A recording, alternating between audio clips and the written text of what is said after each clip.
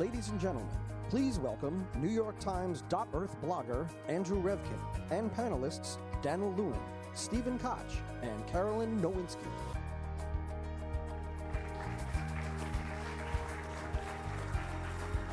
Come on in. Thank you. So you have a program, and some of you probably know these people, but Deputy Mayor of Chicago, Steve Koch, Daniel Lewin from Microsoft, who goes way back to the roots of Apple as well, but that's for another day. We'll talk about that. And Caralynn Nowinski of UI Labs, which is university industry collaboration. And there's a collaborative concept here in what they're going to talk to us about. How do you make cities smart? Now, my first question for Steve will be, well, I think we think of Chicago already as being pretty smart. Chicago, New York, Singapore. So I guess it's smarter. Is that where we're going? But I want to actually, I think I've recognized in Chicago what the kind of smartness is that works in the 21st century. It's actually 20 years ago this month, the heat wave, the great heat wave. Oh, yeah. July 1st, many people died in a modern American city from a heat wave. But there was an analysis done later that showed that the communities that had this smartness that we're going to talk about, that were connected and were aware and responsive, had a much lower mortality rate in elderly people and that kind of thing. So my sense, maybe feel free to disagree, is that the smartness we need, whether it's in innovation or business creation or whether it's in resilience to climate extremes, is that kind of thing. So it's already got that, at least in neighborhoods. How do you build that? What is this Well, about? I think that smartness actually is sort of an interesting phenomenon because the communities that did well in that natural disaster, and I think this pattern has repeated itself in more recent natural disasters or other forms, is the connectedness that a community has. Right. So part of what you could think about as a smart city is a city that uses technology to reestablish connection that, I think we frankly have lost as we've gotten into scale and we've gotten into cities that are of enormous size. But, it might be useful, since it's one of those terms that I hear people talk a lot about, to sort of set for a minute just how I think about it, how we think about it in Chicago. And it really started when the mayor came into office, Mayor Emanuel.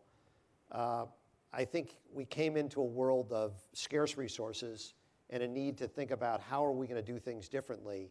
And there was this opportunity to use technology to do really three things: to make the city more efficient, to make the city more transparent, particularly government more transparent, and to think about how we could use technology to make people's lives better. How do we improve people's lives? And you think about what goes into that. We started with a couple of things. First is obviously infrastructure. Like many, many American cities, Chicago's sort of core technology infrastructure is so-so. Not the least of which, I think most of us live in places, New York included, where internet speeds and the rate of an ability to communicate is not what it is in the rest of the world. So we've started doing a lot of work on that, trying to figure out how do you bring the world to people in a more effective way. Equally, the flip side of that is how do we sort of put architecture into the city itself. So one of the things we did is decided early on we were going to put almost every form of data we could think about, city data, available, free, open to people. Just put it online. We have massive numbers of data sets available. What does that do? It begins to get people thinking about how they can use data to do some clever things, and we'll come back to that. Second big thing, I think in any modern American city, is you have to think about how do you bring as many people as possible along in this. And it's really a matter of digital literacy on one level, particularly in poorer communities where there might not be ready adoption or you're a little lagging behind. Very hard for somebody to get a job today if they can't go online and post a resume. If they can't use the internet to communicate, they're going to have a hard time getting a job. They're going to be persistently unemployed. So you have to think about digital literacy and how to make sure that is adequately spread. Flip side of that is what do you do in, say, public schools to update a curriculum. So we've instituted a requirement that nobody's going to get out of high school without knowing some rudimentary amount of coding skills. Last thing, and probably the one people think about, is how do you use technology to just simply run a city better? And that ranges a bunch of different things, whether you're talking about basic infrastructure, putting in sensors and making lights more up-to-date, more energy efficiency, that sort of thing.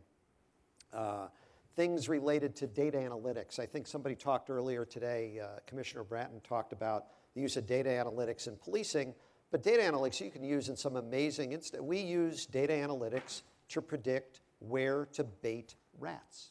How do you efficiently and inexpensively kill rats? We happen to have a few, like most big cities. And if you use technology, you use data analytics to think about where they're going to appear, you can be infinitely better at doing it.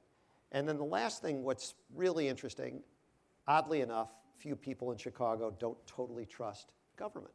Shocking. Surprises me, but anyways, we have some tradition of that.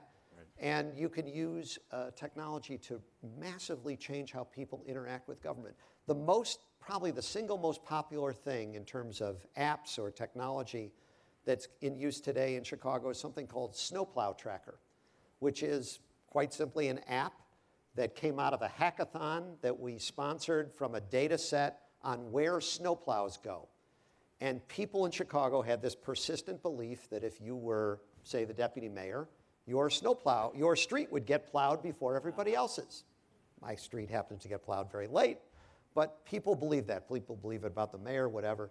And so we put this online. There's now an app. You can go online and find where every snowplow in the city is during a snowstorm, and you'll learn whether or not somebody is doing something. Actually, interestingly, it ensnared a prominent alderman in Chicago who hadn't gotten the message, and all of a sudden there's headlines in the newspaper about why is his street getting plowed ahead of everybody else? So transparency is Transparency turns out to be a wonderful use of technology. Yeah, and connectivity, communication. So Caralynn, you're at an institute that's created to cross boundaries. A lot of what Steve was saying was implicitly about everything from education in poor communities in Chicago to the latest technology. What do you see as possible or needed to get this done in the sense of who needs to be talking to who? I moved to academia 5 years ago from the New York Times, from 20 years of journalism, to do both, to be effective. That was, and then I got there and I realized, this is kind of like the New York Times. It's sort of like compartmentalized and people don't talk and everyone's defensive. And so how do you... This was a surprise to you when you got there? No. Well, I was kind of naive.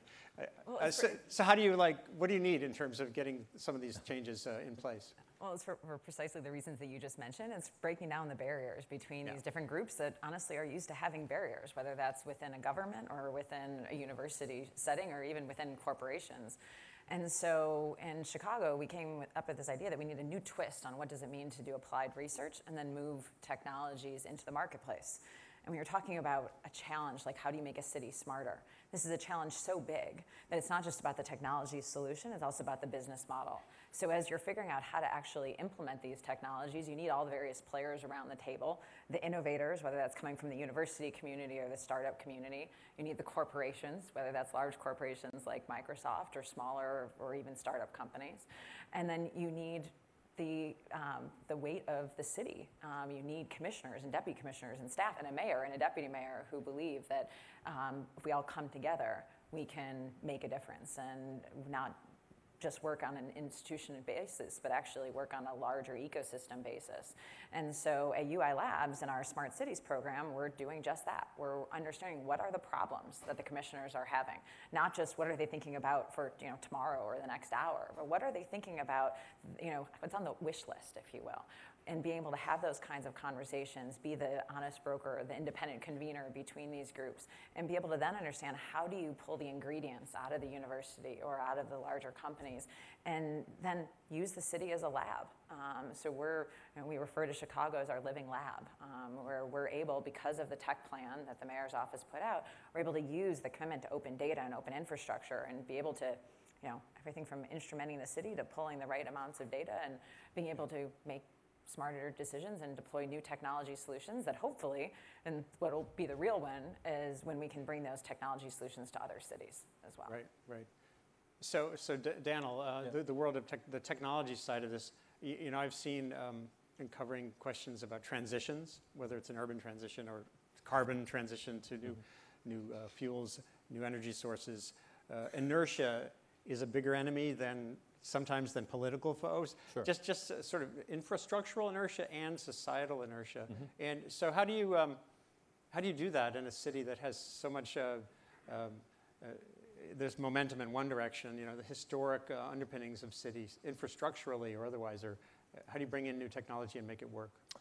Well, Steve made a couple of points that I thought were very relevant, as well as what Caralynn just said, in the sense that technology is present, right? The network is present. Not everyone has access, so there are problems associated with that. And if you think about it at the simplest level, one of the things that the network does is it just removes distance, right? I mean, what happened when you had telephones? You could call someone somewhere, right?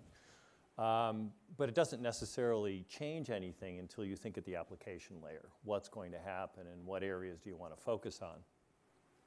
And the beautiful thing about what's gone on in Chicago and what's made this attractive to us and why we think there's an opportunity to move the needle forward is that you sort of have to start at the top. You have to start, and you have to bet on the mayor, right? You have to, it's like when you go to the horse races, you kind of look at the horses, but then you bet on the jockey, right? So because somebody's got to have a plan. Then the idea of bringing together the various and disparate voices, and Caralynn, I think, pointed that out quite well, which is there's incredible research institutions around town in the general Chicagoland area. There's an incredible business community around the general economic development effort that the World Business Chicago community brings together, and so the mayor and the convening process there. And then the commitment that was already in play to open the data up.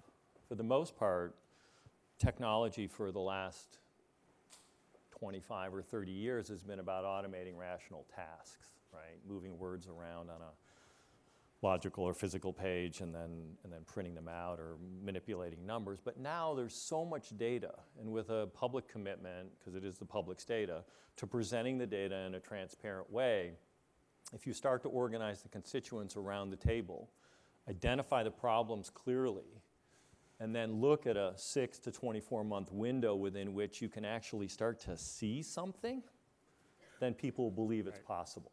And so that's how you move things forward. You have to start at the top. You have to have the information. You have to organize it in such a way that everyone can see it. Right. And then everyone knows it's possible once they can see it. It's just like everything in life. It's like, oh, I can see that, so it's possible.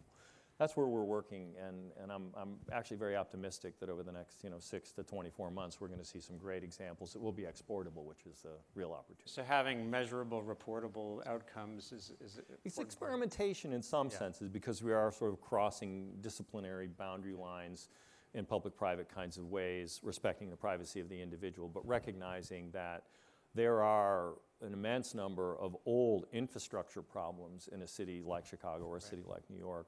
But and has been mentioned in this conference, as you re-instrument these things, what's possible when you rip up the streets and you start to think about the underground. Right. So Caralynn was talking about improving these relationships between the brilliant minds at University of Illinois Champaign, where they have these supercomputers, and the corporate world. And so as from the vantage point of a mayor, what can you do to nourish having that actually result in more startups, more whatever? A few years back, I was at a meeting with the president of the National Academy of Sciences, Ralph Cicerone, and he did a whole talk on the uniqueness of Cambridge, Massachusetts. Why can't we have more of that? Where you see here's the university, and he showed like the geography of like all the startups that are just clustered around it like a village. So do you know from your end like what you need to do to make that happen more? Yeah, I think it's an interesting phenomena that my sense is historically most cities, most governments sort of ignored academia. It was a nice thing to have around, but it wasn't part of your planning, part of your thinking, part of what you thought of as a governmental function. Equally, my sense is most city government doesn't think hard about how you look at, let's say, the economic side of the city as an integrated system. And in some ways, what we're doing with the Smart Cities Initiative and technology here is really the opposite of that. We, look at the university sector, academia, and say, this is an asset that we have to really think about. How do we bring into connectivity with the rest of the city? They don't happen to be an island where some smart people live and students come and they get educated and then they leave and go away and go back to wherever they're from. but it's very much part of the city, and you think of it as a key element of the sort of economic infrastructure of the city, and most importantly, the benefits it can bring. And then you have to connect that to industry. You have to entice them. You have to make it an attractive place to be. You have to make it a place that's open to experimentation, but even more importantly, open to implementation. And then that really gets to the city itself. Some people may think cities are sort of prone to inertia. Right. Bureaucracies are sort of occasionally a little resistant to change. We have certainly our share of that. So you need enormous energy. You really, as Daniel said, you've got to have leadership that says, we're going to bust people's skulls in order to change. And we're going to drag them kicking and screaming into a new world where they might use 3D mapping to know where a pipe is in the under the street, as opposed to, hey, Joe, bring in the backhoe. Oops. Let's spend all night tearing up the street, and then our buddies will put it back together. Right. That was a Chicago accent for the.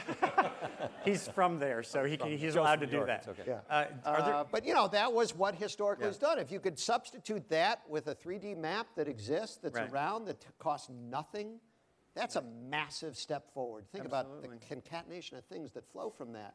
That's incredible. And Well, we're yeah, only changing opening that culture, cultural innovation doesn't cost anything if you can foster it. Well, Let me jump in. I think we have time. I was just going to say we have one questions. quick question, and this was actually a question that had come from the audience. For everyone on the panel, how do you scale the kind of work you're doing into a movement that other cities can adopt and adapt and do it quickly? What are the ingredients that cities need to replicate this without a huge amount of investment of time and resources? How can they build on what you've learned? Well, I would just say our goal as sort of a foundational player, because what we care about is the underlying infrastructure technology upon which all these things will run, right? We want to collect the data, have the business intelligence systems that let you see the information, that will create some set of knowledge that will let people act wisely, right? So what's the hierarchy of gathering information and then applying it to something? I don't have an answer to your question. Caralynn may want to jump in the sense that we're just beginning. We brought the ingredients around the table, so we've got 4 or 5 large multinational corporations sitting around the table. We've got the local utilities. We've got a set of local ecosystem participants that do things at various scale. We're defining the projects and the problem statements. The goal is that whatever we do will have some measurable framework within a 6 to 24-month period where the outcome and the recipe can effectively be shared. And then in a grand scheme of things, I think one of the things that the city wants is, to the extent there's a new code that gets created as a result of that, because there may be entrepreneurs that'll be part of the equation, that hopefully they stay in Chicago, right? Because everybody wants jobs and every city's looking for the same thing. But at the end of the day, it's bringing smart leaders together, business leaders knowing that you have fertile ground upon which you can do these experiments, and that you're not going to have a barrier if it's a question of, to Steve's point, this department saying, do this, someone telling the department, do this work, even though you're not going to benefit, this department will, or this other entity will. So breaking down those barriers is the key. Carolyn? I think to add on to that, there's a lot of cities have asked us then, well, how are we going to learn about taking this? And so it's just as much as about the metrics and the outcomes of the projects as it is about the process leading up to the point where you actually deploy the projects. Right. So how do you think about multiple city departments coming together with multiple large companies, with utilities, with universities? I mean, these are institutions that on their own are not really poised to be very agile and flexible. And so for us, it's going to be very important to develop the case studies and the stories around the development just as much as it is about the deployment. And that's something that hopefully we can take to other cities, and that's precisely the role that UI Labs plays, is being able to be that convener, that collaborative platform where we're documenting the process and we're making it replicable and scalable, and then that's what really ultimately drives outcomes. So we're getting toward the end here, but one thing building on that is this idea of the mix of strong leadership and inclusion. I did a piece from Seoul, South Korea in 2009 about Lee Moon-bak, who was the mayor at that time, became president. He had a plan to tear out this tangle of highways in the middle of the city and restore this ancient stream that was flowing through the middle of Seoul that everyone had forgotten. And he had that, his nickname was Bulldozer. The Korean word, anyone know the Korean word for bulldozer? Anyway, but he also, they had like 200 public meetings at the same time. So it was like bulldozer plus inclusion. And I don't know whether you have a final thought about how that plays out. I think that's the essential element to, throughout history, to what makes a urban initiative work. It can't work without both. You can't do something top down, or it's sort of rejected by the neighborhoods, it's rejected by the organism. Yeah. Equally, you have disparate neighborhoods, you might have disparate elements of the community, whether it's academia or the corporate community or neighborhood people, who on their own aren't going to have either the resources, the ability. So part of the art, and I think cities that do this successfully are the ones that win, who are able to meld that combination of real leadership with some foresight and some vision of where you're trying to go, but equally are committed and effective at bringing people along, at including people, at making sure there's sort of enough process, as occasionally painful it can be, but enough process to make sure this really, what you're doing it has legs and really takes root and flourishes at a grassroots level. Great. So Caralynn, Daniel, Steve, thank you very much. All right. Good. Off we go. Thank you all.